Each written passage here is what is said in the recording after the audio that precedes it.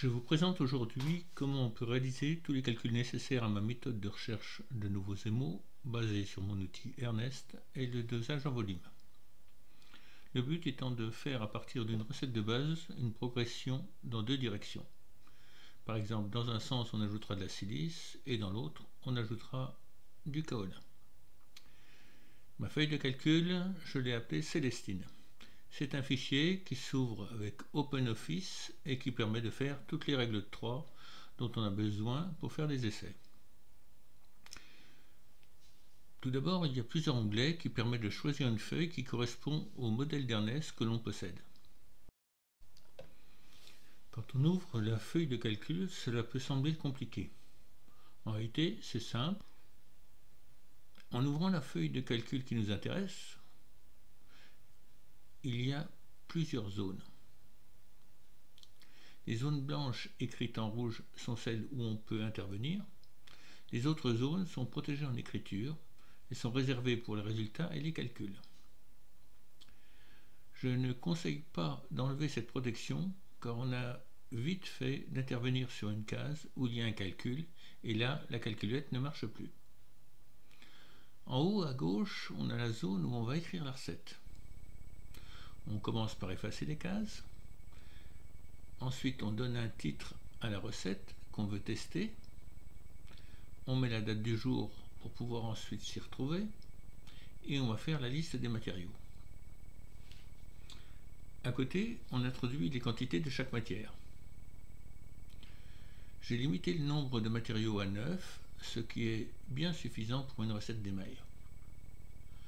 Le total s'affiche en bas de la recette.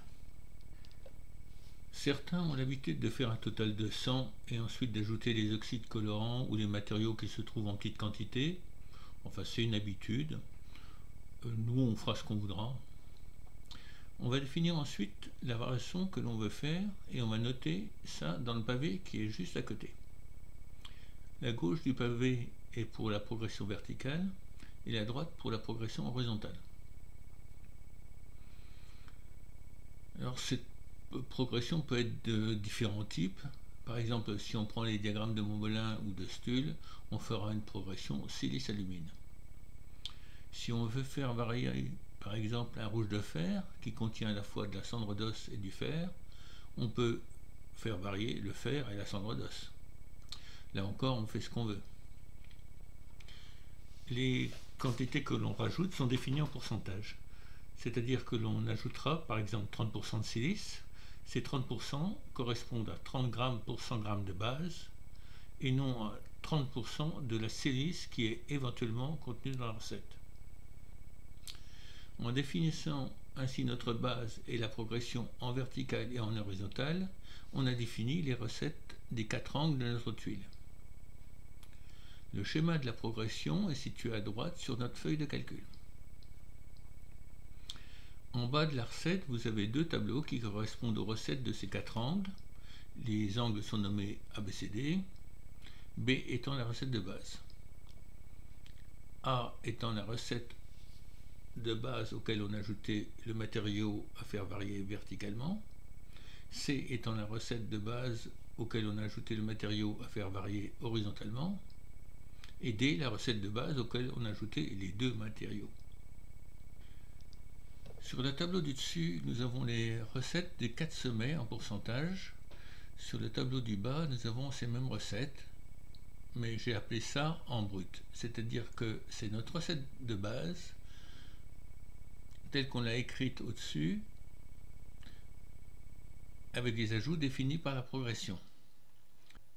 Si on revient au-dessus du tableau, nous avons donc ce que l'on devra peser, et Célestine nous a calculé cela sur 25 grammes. 25 grammes, c'est suffisant avec Ernest pour faire les 16 essais de notre progression. On pesera donc les quantités indiquées que l'on va ajouter à 35 grammes d'eau. Comme 25 plus 35, ça fait 60. Nos 60 grammes d'émail, on va les diviser en 4 godets de 15 grammes que l'on nommera évidemment ABCD. Dans le godet B, on n'ajoute rien, c'est notre base. Dans le godet A, On va ajouter ce qui est écrit dans le tableau ajout. On procédera à l'identique pour les godets C et D. On ajoute de l'eau quand on fait des ajouts de matière pour conserver la même dilution. Pour l'eau, j'ai noté en millilitres, mais on peut aussi faire en grammes, ça revient au même, mais c'est quelquefois plus pratique de mesurer avec une seringue.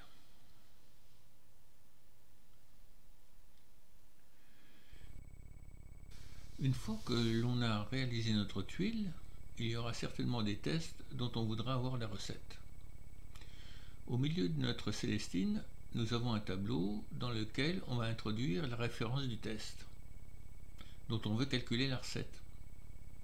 Par exemple, si ce test est le 2B 1D, nous allons introduire 2 sous la lettre B et 1 sous la lettre D, et nous avons la recette qui s'affiche à côté. Dans ce tableau-là, les ajouts sont séparés. Il faut donc faire des additions quand l'ajout se retrouve deux fois. Pour ne pas avoir à faire les additions, Célestine les a réalisées dans le tableau plus bas. Vous avez aussi un tableau qui présente sous forme de recette brute le mélange que l'on a défini précédemment. J'ai fait aussi un tableau présentant la recette du mélange pour une quantité autre. Par exemple, si vous voulez tester ce mélange et qu'il vous faut 35 g d'émail pour émailler un bol, vous mettez 35 dans la case prévue à cet effet et votre recette s'affiche. C'est magique. Ernest, Célestine et moi, nous vous souhaitons de bons résultats avec cette méthode.